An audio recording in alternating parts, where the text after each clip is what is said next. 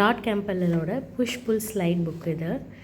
Christmas அன்னைக்கு அவங்க எப்படி வந்து சாண்டாவை எதிர்பார்த்துட்டு கிஃப்ட்டுக்காக எல்லோரும் வெயிட் பண்ணிகிட்ருக்காங்கன்ற மாதிரி ஒரு புக்கு.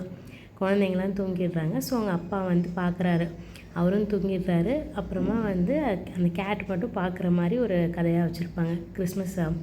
கிறிஸ்மஸ் அன்னைக்கு சாண்டா வந்துட்டு போகிற மாதிரி இருக்கும். நெக்ஸ்ட் புக் வந்து த கைட்னு ஒரு புக்கு. வார்லி ஆர்ட் பற்றின ஒரு புக்கு. அந்த கதையில் இந்த வார்லி ஆர்ட்டில் வந்து இந்த கதையில் வந்து இன்ட்ரடியூஸ் பண்ணியிருப்பாங்க. ரொம்ப சிம்பிளான ஆர்ட் தான். ஸோ நிறைய விஷயங்கள் இருக்கும் அதை பற்றி பேசுகிறதுக்கு. நெக்ஸ்ட் வந்து ஏர் பற்றின ஒரு புக்கு. ஏர் இல்லை, ஆனால் நம்ம ஃபீல் பண்ண முடியுன்ற மாதிரி ஒரு புக்கு.